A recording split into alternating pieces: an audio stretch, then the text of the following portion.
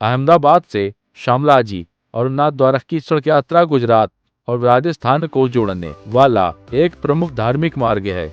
यह यात्रा राष्ट्रीय राजमार्ग 40/8 से होकर गुजरती है, जिसकी कुल दूरी लगभग 300 किलोमीटर है। यात्रा का पहला चरण अहमदाबाद से शुरू होकर हिम्मतनगर के रास्ते शामलाजी तक पहुंचता है, जो करीब 130 किलोमीटर दूर है।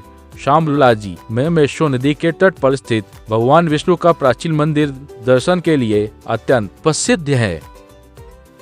इस यात्रा के दौरान सुरक्षा और नियमों का पालन करना अत्यंत आवश्यक है। इस मार्ग पर यातायात पुलिस विशेष रूप से सक्रिय रहती है और वे आधुनिक कैमरों के माध्यम से वाहनों की उच्च गति की निगरानी कर रहे हैं। गति सीमा का उल्लंघन करने पर भारी जुर्माना हो सकता है। जब आप शामलाजी मार्ग पर प्रवेश करते हैं तो सड़क के दोनों ओर खरीदारी के लिए दुकानें और भोजन के कई स्टॉल उपलब्ध हैं, जहां आप स्थानीय वस्तुओं की खरीदारी और जलपान का आनंद ले सकते हैं। नाथ द्वारा में दी श्रीनाथ जी मंदिर के पास बड़े पार्किंग स्थल बनाए गए हैं ताकि भक्तों को कोई परेशानी न हो।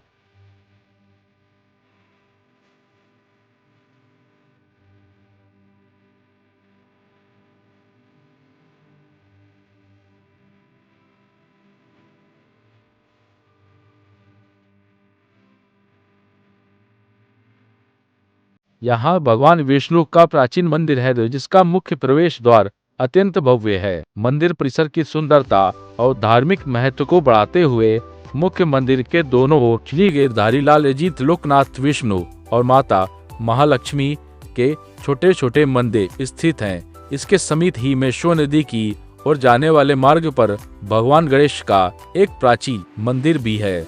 मुख्य मंदिर की दीवारों पर हाथियों के झुंड और रामायण व महाभारत के प्रसंगों की अद्भुत नक्काशी की गई है।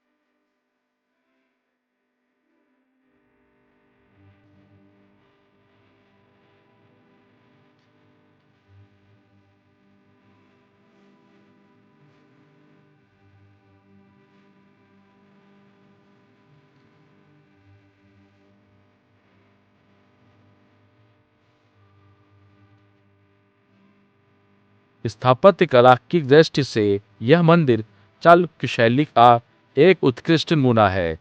यह 2 मंजिला संरचना है जो सफेद बलुआ पत्थर और ईंटों से बनी है और नक्काशीदार स्तंभों की कतारों पर टिकी है। मंदिर की बाहरी दीवारों पर रामायण और महाभारत के प्रसंगों के साथ हाथियों, संगीतकारों और देवी देवताओं की अत्यंत बारीक नक्काशी की गई है।